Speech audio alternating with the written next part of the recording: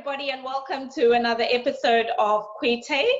Today, we are talking to one of our amazing African entrepreneurs who is based in the United Kingdom, has a personal development business that she's very excited to be telling us about. So without further ado, I'd like to welcome Shareen to our program today. Welcome, Shareen. Good morning. Well, good afternoon for you, but thank you for welcoming me. Good. Yeah, it's good. It's late afternoon for me. It is. So, Shareen, please tell us a bit about yourself. How do you come to be in the UK? Okay, so we moved to the UK in 2013, August 2013. Prior to that, I was living in Greece with my husband and my children, and we lived there for, well, I lived there for 15 years. Raising a family and generally just getting on with life in Greece. Before that, I lived in the UK for a very short period, and that's when I met my husband. And obviously before that, I was in the beautiful sunshine city of Harare. Excellent. So, growing up in the sunshine city of Harare, you met your husband. Your husband is Greek, did you say? Yes, he's a Greek. London, yes. How did that come about, and how did the two cultures come together? So we met in London. He was living in London. Obviously, I was living in London too, and we clicked. And then the natural thing for him was, and I think quite a few Greek people feel this. He'd been out of his country for a long time, 17 years. And he really, really wanted to return. And it so happened that his job allowed him, you know, the opportunity to return, to still work for the same company he was working for, international job, but be based in Greece. And in my mind, that fitted with my sort of family sensibilities, because I thought if I'm going to start a family, I'd like them to have family around them, to grow up the way I grew up in Zimbabwe, with a grandmother, with cousins, with aunts. Yes. Where in the UK, we didn't have that dynamic. So we moved to Greece, and that's where we started our family, and that's where we started our life.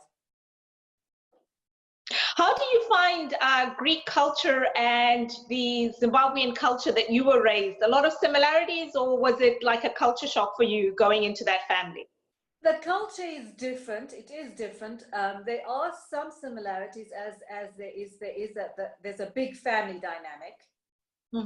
So old people. One of the main things that struck me is, much like Zimbabwe, old people will always be looked after by the family. They will not be put into a retirement home, unlike some European communities. So they have that dynamic. They're very close to their family. Lots of close friends. So that's quite, and then again, the Greek language. I was speaking once in front of an aunt of mine in Zimbabwe, and she said to me, "That sounds like Shona. The phonetics are the same." Okay. So so they have that. So they have the warmth, they have the good climate like we have in Zimbabwe, the sun makes people different. I'm sure you know that. Yes, it does. It makes you happier. Yeah, it makes you a lot happier. They have the family dynamic. So quite close, but then also different in other aspects. So it was a good learning curve for me. I stepped very much outside my comfort zone, because when I went there, I could hardly speak any Greek. And I moved to a little town. The town that my husband's from is a seaside town, really small. Hardly anybody speaks English, no friends. And I started from scratch. But I think, looking back at it in perspective, you either sink or you swim. And Zimbabweans, we tend to swim. We are very resilient. Put us anywhere, we'll make a plan and we'll work it out. We are very resilient. Now, I've never talked to anybody who has actually lived in Greece. I've talked to people who have traveled there. I've talked to people. What was that like? And I am sure, being in a mixed race relationship, that was not something that was commonplace in Greece at that time. That's an assumption that I'm making. So what was that like? So it was very different. So the mixed race relationship obviously is something that was not common, and some people were quite surprised. firstly. Secondly, there were, especially the village that I lived in for the first 4 years, there was no person of color. Absolutely nobody. So you were a novelty. So I was the novelty. Yes, people were staring, people were looking. And that's that for me, that was a bit of a culture shock, because I'd come from Zimbabwe, where we were now a rainbow nation, and everything, we mixed different colors, different people, everything was fine. So to go somewhere where you are now the minority and everybody's looking at you, it was a bit of a shock. But you learn to deal with it. People learn to accept you. People learn to recognize your difference and admire it in some cases. And you just you move along. For instance, my children, all three of them, look nothing like me. They don't have my color. They look Greek or European or white, but they embrace the Africanness that comes from so much. They're so proud to say their mom's from Africa. They're so proud to be associated with Africa. So, brilliant. That's That's excellent. And that's in large part due to you and instilling those values and making sure they knew where they came from. So have you taken them back to Africa much? Have you visited much? Yes, I have. I took them back in 2015 and they absolutely loved it. So much sunshine, because by then we've been living in the UK where sunshine is not to be taken for granted. Sunshine is a novelty. A cousin of mine once said to me, you guys, he called me, and at the time I was living in Wellington, New Zealand, and we were absolutely celebrating that the sun was out. And he says to me, the sun being out is a cause for celebration. I'm like, you bet you have no idea. Exactly. So they were happy with that wonderful weather. We went out, we went to Kariba. They saw all these animals that you would usually see in a zoo. And I kept saying to them, I will not go to a zoo. I will not go to a circus. You need to see them in their natural environment. So this was fantastic. And then the people, so friendly. Zimbabwean people are always smiling. It doesn't matter that they have an economic problem in that country, that they have political problems. Everybody's smiling. Everybody's happy. Even far out in the rural areas, you'll see some children playing in the sand, no toys. That was my daughter. She said, they don't have any toys. I said, this is it. The simple things count. Smiling. They use their imagination. Yes. Not all these fancy electronic toys. No, out in the sunshine, doing all the things that come naturally to you. I said to her, these are the simple things. That's what makes you happy. They've made a game. They've got friends. Yes, exactly. Now tell us a bit about, your journey, your career journey. What was your early career life like? Okay, so the early career life, I worked as a travel agent. I worked in marketing. I did quite a bit of sales. I worked for a very big company towards the end that built a fantastic lodge in Victoria Falls. I did timeshare selling. Then I went into more marketing and advertising. And at the peak of that, I then left Zimbabwe to go and explore and to travel. I went to the UK with the hopes of getting a job and then traveling about Europe, maybe traveling the world, hopefully. And so I stayed here for a while, started working, and that's when I met my husband. And then you moved to Greece. So now tell us a bit, you're on this massive journey of building this personal development coaching, life coaching company. Do you want to give us a bit about, how that came about? How did that journey start? Okay, so when we moved back to the UK, I was thinking, I need to, what am I going to do with myself? Apart from being a full-time mother, and I'll never knock that job. That's a 24-hour job. That's a 48-hour job with no pay. Exactly. But apart from that, I found while the children were at school, maybe I could explore some other opportunities. And a friend of mine asked me to sit in on her final exam. She was qualifying to be a coach, and she said, would you sit in on this? There will be an invigilator, and I will use you as a client, and we'll see how it goes. So I sat in on it, and I found it really interesting. And then I spoke to my husband about it, and I said, I did this with this lady, And it was really, really interesting. And this is what they did. And this is how it went. And I felt so relaxed and so calm. And I just felt at home. And he said to me, do you realize that what they did is something that you do inadvertently and you've been doing for some time with friends of yours in Greece, with some of my family? Why don't you explore it? At the time, I was thinking of exploring counseling. Mm-hmm. And he said to me, have a look at the coaching side. So I went, I did a 2-day course, starter course, just to see, and fantastic. I loved it. And so that's how I started my journey. Okay. So when you started this this journey of yours, how did you go about getting your first client? You mentioned earlier on that you had some background in marketing. A lot of people, when they start on a business journey, I think one of the critical things is how do you have this massive vision, you have this idea, you do this course, you see other people doing it, and then now the rubber hits the road, so to speak. With yourself. How did you go about getting, like your first clients? Was it friends? Was it family? How did you go about getting those first couple of clients to get yourself going? Okay, so for practice, I used friends and family, but Mm-hmm. the actual clients, it was more referrals, word of mouth. So from those friends or family, from business connections, people that we'd met along the way, just referring them. I find that it works much better to coach people I don't know. Mm-hmm. And when you actually do the course, they always say to you, don't try and coach your husband. Don't try and coach your friend. No, don't do that. No, because you have a biased opinion. So it's quite difficult for you to give them the input that they need because you've already got this idea in your mind. So whatever they say, sometimes you might blank it and just go with what you know about that person. Whereas it's much better if it's someone you don't know, Mm-hmm. and then you pay more attention. And even better, something even better, when you're training, and I've done it sometimes, I do a lot of my work over Skype, Mm-hmm. so virtually, not to have a camera.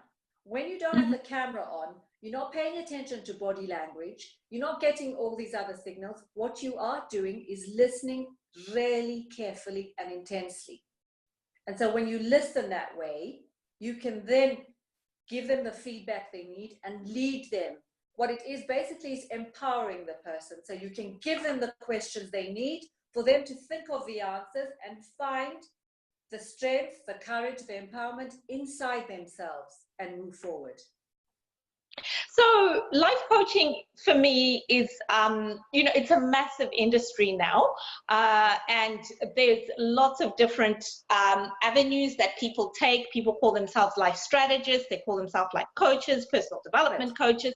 Yes. They're all, genres within the same sort of field. So where do you sit? What does the life coaching business look like for you and your business? Okay, so for me, it's personal performance. So Mm-hmm. I've done individuals from housewives. I've also done executives. For my husband, who is he's an energy executive. He's more of an executive. He does leadership and mentoring. So that's how we've split the company. He's more of a leadership coach, a mentor. He can give people in the executive world more of that type of feedback, whereas mine is more personal performance. So by personal performance, do you want to just elaborate a bit on what you mean on that? What are the key areas that you're focusing on? So if you were coaching me, for example, around personal performance, what are you looking at with me? Okay, so for instance, you might come to me and say, I'm a woman who's been a mother, full-time mother for the last 5 years. I now want to get back into the workforce. I now want a career. So we'll take it from there. What is it that you're looking for? You obviously have some ideas, and then we work from that. It needs to be your issue based solely on you, and then we work through that and find out what it is that you want, where you want to go, because sometimes people say, okay, so I've been a full-time mother and I want a career. Well, what career do you want? Okay. Where do you want to go? How do you want to go? And from there, with all the questions, we build it up step by step. Where do you want to go? Where do you see yourself in 5 years' time? Where do you see yourself tomorrow, next month? How will we get there tomorrow or next month? What do you think you can do? What support do you have? Okay. So I take it with all that you're talking about, you offer different packages for different stages depending on where you're at in that journey. Yes, definitely. So I can do the personal performance for somebody going back, trying to get back into the workforce, for somebody who has an issue with themselves, somebody that wants to lose weight. I've done that. I've had somebody who wanted to lose weight and the basic things that you need to do. So she kept sabotaging herself. She would go shopping for groceries when she's hungry. Big mistake. If you do that, if you do that, you're liable, you're hungry, because you've done lots of other things. So it needs a schedule. You need more, not discipline, but a schedule, because you are disciplined deep down, but your schedule has gone astray. You've done lots of other things, and by the time it's time to go and do the groceries, you're hungry. So you grab the first thing you've got. So that's a sabotage. That's game over. So how do we go about this? Let's think. What should we do? How can we plan your day? How can it fit in? What should you do when you're in this position? Should you go to the supermarket alone? Different things. So I've done that. I've done somebody executive moving from his home city, comfortable life, wife, job. Suddenly he needed to move countries, totally different culture, to Dubai, all alone, leaving his family, but he needed to do it for his job. How do you do that? Transition into different cultures. So once we've coached you how to find a job in a different country, what do you need to do? What are the steps? How do you, so we won't be telling you, you need to go and see an agent and then you need to do a CV. No, we'll ask you questions and you'll find your way, you'll find the answers. Once you get to Dubai, you've got the job, you're in place. Now we have the transition process. It's a different culture. You're feeling, maybe you feel lonely, you miss your family. How do you deal with that? Let's go through those stages. So that's what I do. Excellent. No, that's amazing. Now, you mentioned earlier that there's two sides to your business. So you're in partnership with your husband. How do you find that? It's not a walk in the park. So because you're together all the time, but we're very clear. It's something that we are both very excited about. We've put a lot of energy into it. We really, really, really believe in it. We really, really want to make something of it. And eventually, when he retires from his full-time job, have this as something that we can continue doing. And of course, you need to have boundaries. You need to have rules. You need to be disciplined. Sometimes we don't. But we really do try to keep the lines clear and not cross over lines, and keep personal time for personal time, business time for business time. But as I said, sometimes it overlaps. We could be out. Oh, yeah. You're not robots. Yeah, exactly. We could be out socially and somebody could approach us. And so we switch off this couple dynamic. And now we're dealing with a company and selling the company to somebody or speaking to somebody about it. So so it's work. It's constant work. But at the end of the day, we know the basis for it is we are happy to do it together. Yes. We drive each other. He loves coaching. He loves to be coached. And I know people say don't coach your husband, but he enjoys it. He plays tennis with me fantastically in the coaching world.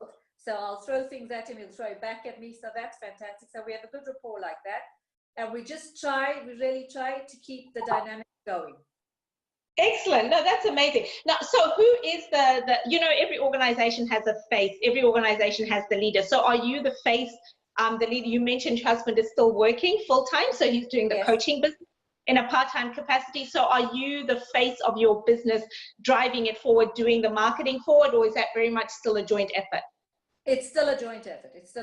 Okay. Because he's got quite a big market for himself. He does a lot of work part-time, but he still does a lot of work with leadership and mentoring. He does a lot of seminars at business schools.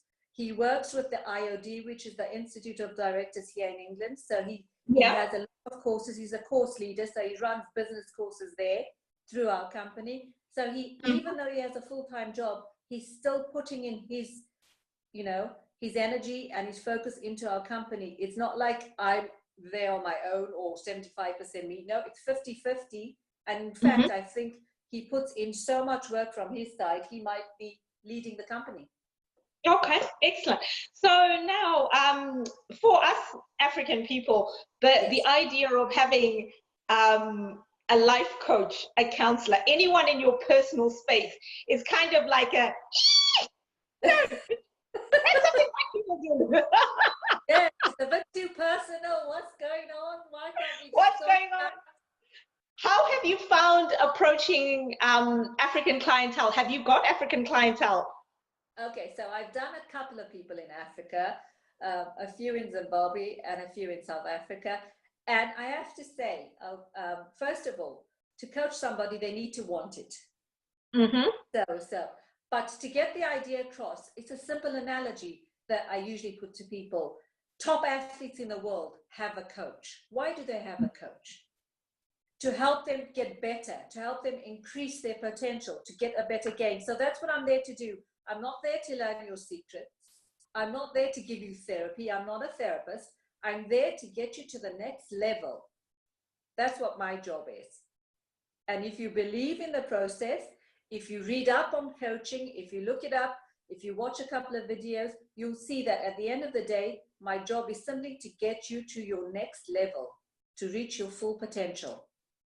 Excellent. So it's most of, I know you do, you said the majority of your business you do via Skype and you do that online. Is there a face-to-face element? Do you have clients coming in to you as well? I have had a couple. I've had a few come in, yes, and that's very nice as well. That's a really great dynamic because they get to, for some people, look, the over Skype is for people that are not within reach, so people that are out of the country or at a great distance, and so that works for us. If you are living close by and we can meet, that's fantastic. I love doing it. And we get to see each other and see each other's body language, work together. So yeah, different. It's obviously a different dynamic when you're in person. Yes, it's a totally different dynamic. Yes, because we have the body language, so I try always, as I said before, to blank it out so that I get a clear understanding from listening to what you want to do. But body language is important too when you meet somebody. So if you meet somebody and you're open and friendly, calms them down, relaxes, and then we can get to exactly what you want to do. So what areas do you, I know you're based in the UK and I know your business is online and you're largely obviously a global business because you're online, but where's the majority of your clientele coming from? Is it the UK where you're based? Is it Africa where you come from? Greece where you've lived for a long time? Where are many of your clients coming from? UK, from the UK, simply because I'm based here from the UK. I've done quite a large number in Greece too, and that's due to the referrals. Nothing else. That's referrals. Okay. Now you are an exceptionally busy woman. How do you juggle the wife, the mother, and the businesswoman? Because as women, we are constantly trying to balance all these balls in the air. And you know, I know we're great at multitasking, but what advice do you have for women? How have you done it, juggling all three of these balls? Okay, so I don't think I've done it fully, Wendy. I'm still dropping balls all over the show, so I can't say I've done it. But I think what you need is you need to believe in yourself. You need to have a good support network. So for me, obviously, part of it is my husband. A big part of it is my children. They are so proud that I'm trying to do something career-wise and I'm getting a job. So I've explained to them sometimes, you know, I can't do this, I can't be around then, you need to be quiet then, we need to do this, we need to do that. And in the beginning, especially for the little one, it was like, oh, you're cutting in on my playtime, you're cutting in on my this, on my that. And then when I said, yes, but I've got a job. And then she was like, oh, okay. So then you're like, so-and-so's mommy who also works. So that's it. So you need a good support network and you need to continually instill in them the idea that you're doing it for the greater good. You're doing it for the family. You're doing it for yourself at the end of the day. And what is the age range of your kids? Okay, so my son is 19. He's at university. I have a daughter who's 16 and she's doing her GCSEs now. Mm-hmm. And then I have another daughter who's 11. Okay. So You've got still got them. They're not quite out the nest yet. No, they're not out the nest yet. And I've seen with my son at university, you think, okay, so he's gone to university, that's it, we're done. No, we're not done yet. No, there's still things that you need to do together. And there's still things that you need and input you need to put in. And then the 11-year-old, you know, she's, September she'll be in high school. And so as you said about dropping the balls and I keep saying, when she goes in September, I'll have even more time and I'll be able to do more work. So it's always an ongoing thing. Always ongoing and always adjusting, definitely. So I guess for me, I want to find out a little bit about you as the person. So outside of being a mother, outside of being a wife, a businesswoman, what do you like to do for fun? What are some of the things that you like to do for pure joy? I like walking. So I live out in the sort of, I think you would call it the country. So I'm really enjoying that. I'm enjoying walking about in the countryside. I do it for fitness, but I do it more for the beauty around me. I'm finding that the older I get, the more I appreciate the stuff that's going on around me. So I do that.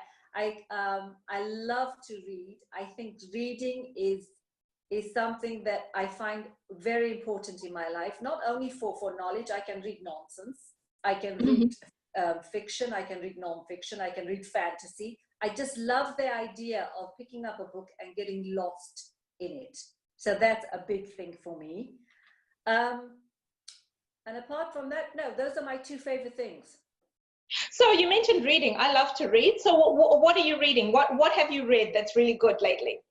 Okay, so I started a book by Stephen Fry. He's brought out a book called Mythos. So it's he loved as a kid Greek mythology. So he's rewritten them in his you know, he's quite a character. So the way he's written it is quite intriguing, it's quite funny, so that's what I've got. So that's what I'm reading now. And I'm really excited about it. It's a big book. I thought I'd take it and read it in the summer, but I just couldn't wait. Excellent. So on the scope of reading, I know part of personal development, certainly for me, and certainly for anybody who's on this path, is making reading just part of every day.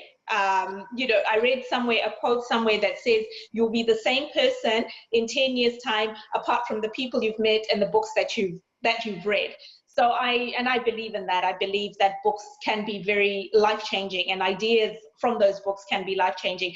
In the personal development coaching world, there is that whole emphasis on reading very broadly, on a range of theories, range of experiences, and all of that. What are some of your top recommendations? If I really want to, I guess, take my life to that next level. If I'm a woman who's thinking, you know, I want to go into business for myself, I want to move up in my career, I just want to get to that next level, whatever next level looks like for me. What are some of the top recommendations you could make in terms of books that kind of helped you get to that stage, or maybe that you've read and have helped your clients?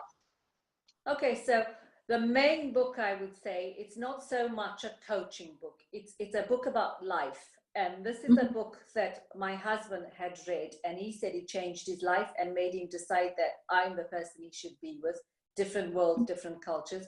And it's a book that we always gift to people. It's Paulo Coelho's book, The Alchemist. Oh, The Alchemist, yes. That's in my book. All about life and about changes and things, and following your path and finding the truth in yourself. So that is the main books. The other books, I would say, there's a huge range of books for coaching, and if you look it up, if you go online, they'll give you a huge range. So I would say mindfulness books are good. So teaching you to be mindful of the moment, mindful when you're thinking and doing things.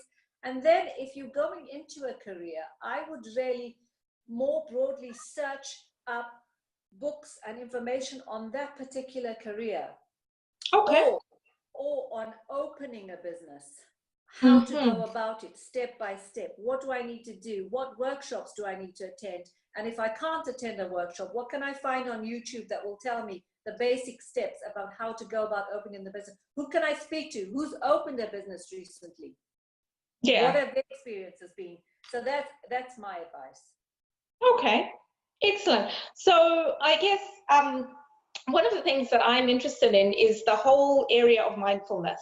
And I know that's a big part of the whole personal development. Now, you mentioned you love walking, you love being in outdoors, appreciating all of that. Do you have a meditative practice? Do you have a routine that you do every morning, like you wake up, you sit and you're silent with yourself, whether it's you're prayerful, whether it's whatever it is, what is your mindfulness routine on a day? Okay, so I do try to meditate, and in the beginning I found it really difficult. You know, there was a huge sort of buzz going on a couple of years ago, meditation, and everybody needs to meditate, and if you meditate, and I found it really difficult to meditate. So I went to a place, I found a place here in the UK where they teach you, and it's called Raja Yoga meditation. So you meditate with your eyes open. You don't have to shut your eyes. And they were doing it at a place called Global Retreat Center here in Oxford. And the reason why you do it with your eyes open, first of all, is because they said sometimes when you feel stressed or when you're in a difficult situation or when you just want to relax, if you are at an airport, if you are in a public place, you might not feel confident in shutting your eyes and saying little chants to meditate. Whereas if you learn this system, eyes open, but you know the steps to go through the meditation, you're fine. So you can do it anywhere, anytime. So I learned this. Obviously, it takes some time to learn to meditate because you've got all these thoughts and things in your mind, shooting through your mind, and you need to calm down and then you go again. So it took a long time, but I find it does help me. I think it does center me. I think it does calm me. So I try to do that at least once a day. It's best to do it in the morning, they say. I find it's best for me to do it in the middle of the day, if I can. If I can have 5 or 10. Just because I've had everything in the morning, I've had the school run, I've had the kids in and out of the house, I've had everything I need to do. Then I'm starting to do whatever jobs or chores I've got for the day. And in the middle of the day, just to give myself that breather, to give myself that push, I can find 5 or 10 minutes to do it. And so if you're if you're working in an office, 5 or 10 minutes in the middle of the day, it's your lunch hour. It's not a big deal. Some people do it when they go to bed. Before I go to bed, I like to read. So I would prefer to do it at a different time, but it's up to everybody does different things. Another thing I've done, which I find is really useful, and I've implemented it with my family, is before you go to bed at night, write down on a piece of paper 5 things you are grateful for. Gratitude, yes. Yeah. So that I think that I find works for me fantastically. And the last thing, it's a big thing. I got my family, they've been doing it for 2 or 3 years now. On my birthday, in this household, it's a day of silence. So nobody's allowed to speak to me. They can speak to themselves, but I need to be left in silence, and I prefer to have silence, and it's fantastic. I did it at a retreat where everybody had to be silent all day. So explain that to me a bit more. So they're in silence, so they wake up and it's total silence the whole day. So how do they communicate? They can talk to each other if they want to, but they can't talk to me. Nobody can talk to me. Okay, now explain what that does for you personally. Why is that important to you? I found when we did it together as a group that it gave people, it gives you that stillness, it gives your mind that stillness, it gives you that quality time to think, to put thoughts through your mind, to not so much to meditate, just to be at peace. And also I found with the children, it makes them more creative, because if you're not speaking, but you want to do something, or then you need to think of a different way of conveying that message. That's brilliant. Like I am sitting here trying to imagine a scenario where my kids leave me alone for the whole day. I think that is bliss. That's why it's on my birthday, Wendy. I couldn't say do it Sunday, do it Saturday. I had to tie it in with something and say, okay, so let's be creative. This is your birthday gift to me. Silence. That is fantastic. I mean, every mother wants that, a bit of peace and quiet. and serenity. And Time. on my birthday, don't give me a present, just give me peace and serenity. Yeah, peace, I serenity. absolutely love it. Absolutely, absolutely love it.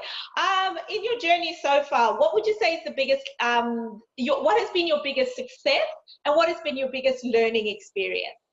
Okay, so my biggest success, I would think, is having a client and working through all the questions, all the steps, going through with them, and at the end, them having that sort of eureka moment. Mm-hmm.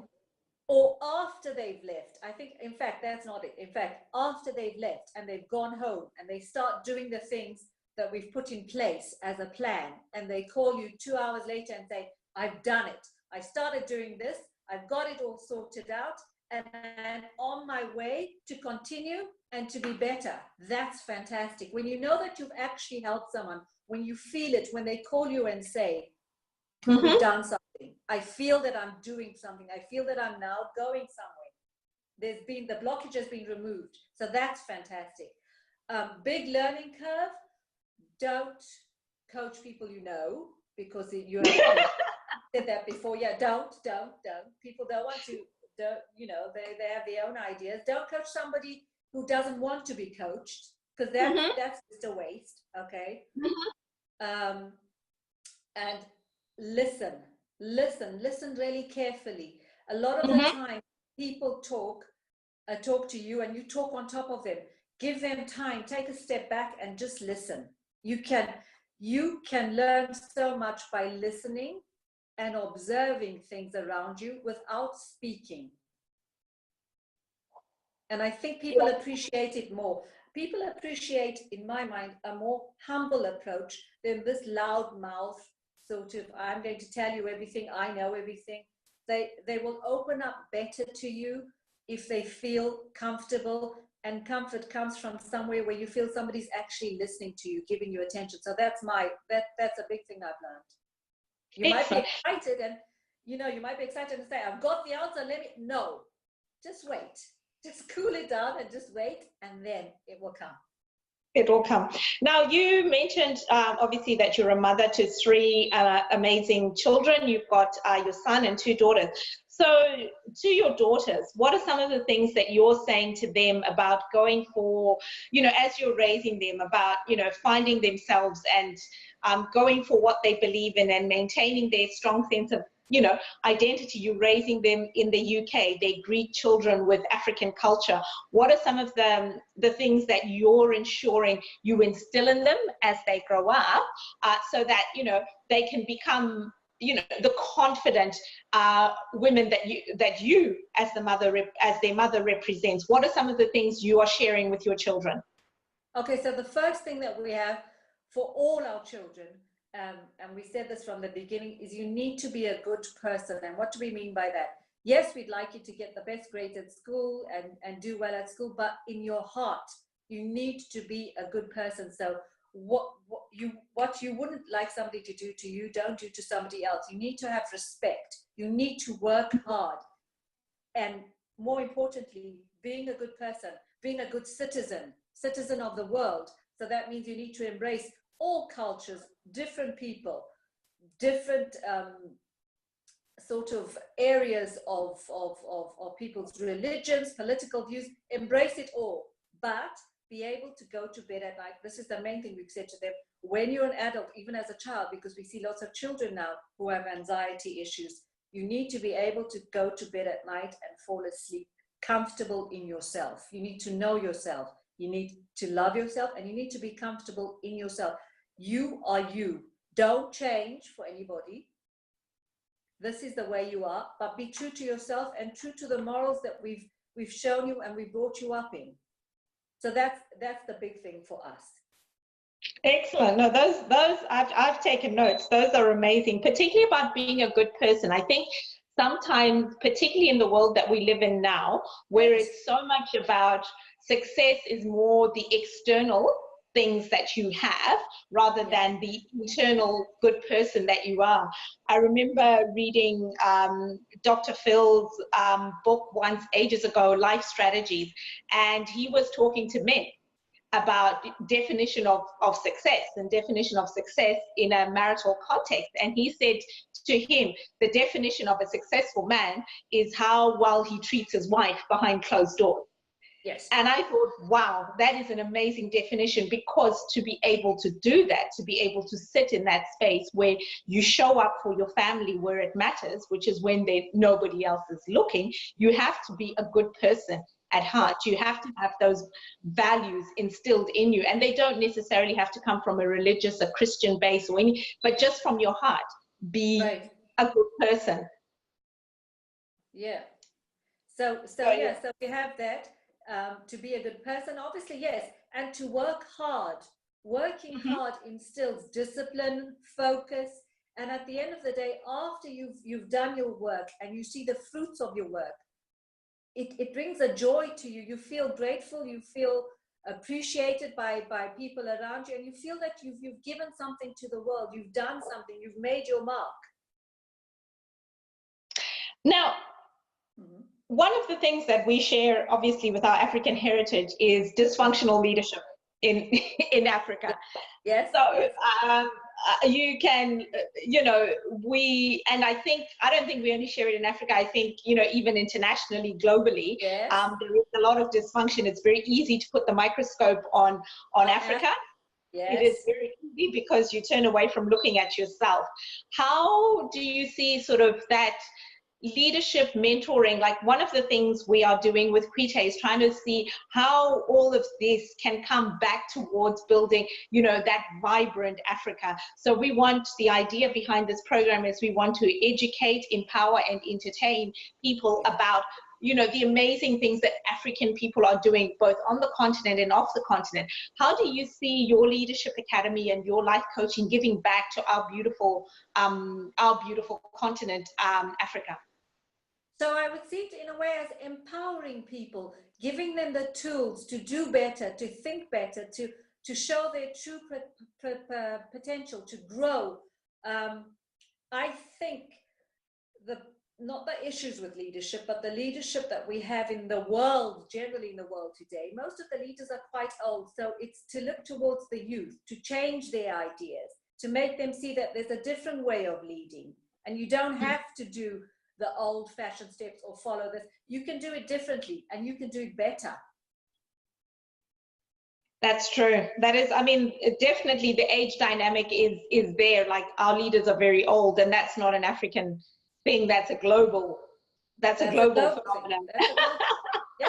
global thing. I was speaking to some people about the way that there's an economic crisis in Greece. Everybody knows about it. Some people are feeling quite troubled in the country with the way things are going. And I said, this is the same thing that happened or similar in Africa.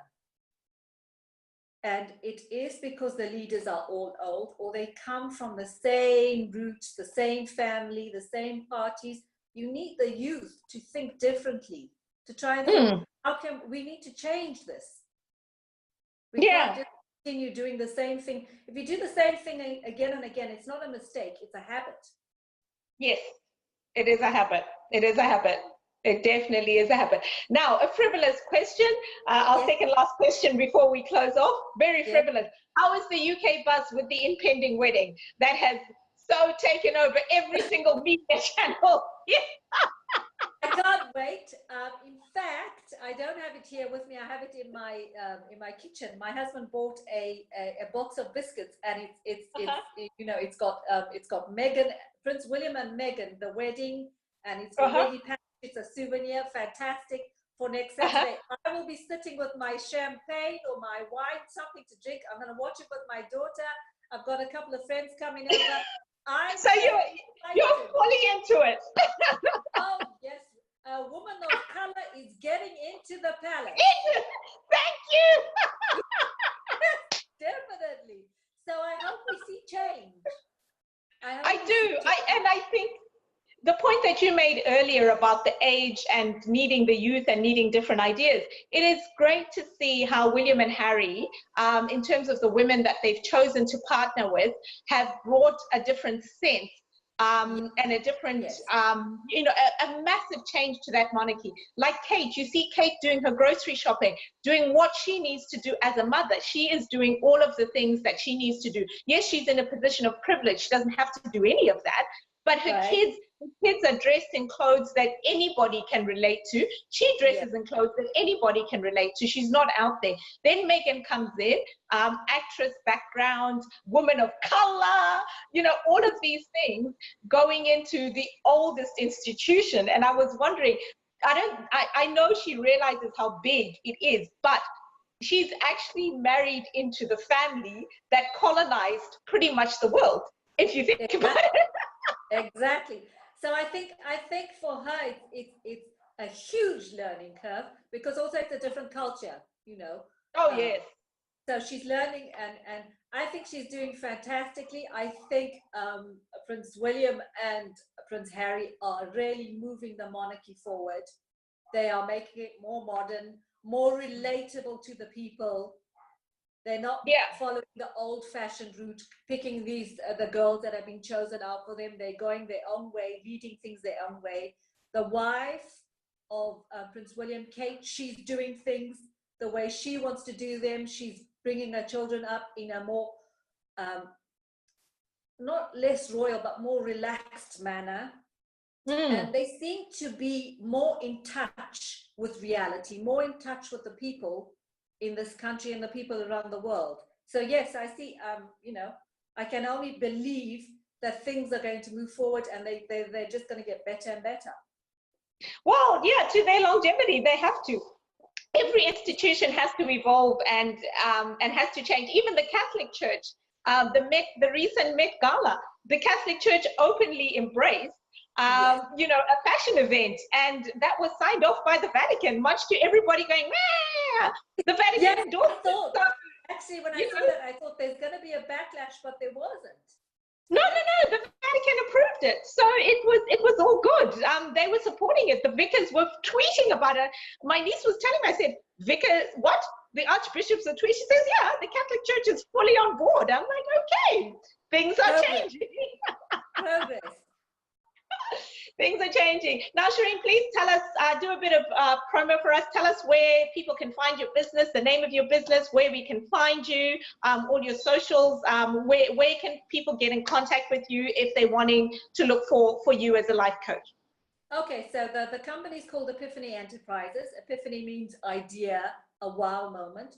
So we are on, we do have an internet page, which is epiphany-enterprises.com. We have a Facebook page, and on either of those pages, there is a contact form, and you can contact us, and we will be delighted to speak with you. Excellent. Our final question. Now, Yes. you're a woman of the world, you're a mom, you've achieved so many great things. Looking Yes. back at your 16-year-old self, what would you say to her? I would say travel, go out and travel, get out there, speak to people, experience different cultures, go for that job, even though you're not sure that you can do it, go for that job, do the job, learn on the job, stretch yourself beyond your limits, beyond what you think you can do, meet that guy, go on that date. That's what I would say. I would say open yourself up to as many opportunities as possible. Just go, go, go. Never say no to an opportunity. And they always say, if opportunity doesn't knock, build a door. So start building doors for yourself. Excellent. Well, Shareen, thank you so much for spending time with us this morning and allowing us to enter your world and hear about the fantastic things you're doing with Epiphany. What's the last, how do I say the name properly? Epiphany Enterprises. Epiphany Enterprises, because I wrote Epiphany Enterprises, but couldn't read my own writing here. So, and all the amazing things you're doing with Epiphany Enterprises, working with your husband, raising your kids, your marvelous personality comes through, your joy for your work, and everything just comes through, and I'm sure your clients benefit so much from your energy, because just spending this time with you, it has rubbed off on me. Can't wait to meet you in person when I come over to the UK. Oh, fantastic. I can't wait. Wonderful. Thank you, Christine. Thank you for giving me this opportunity. I really enjoyed it. I love speaking to you. I feel like I've met you already. So there. Yeah, well, you have. In cyberspace.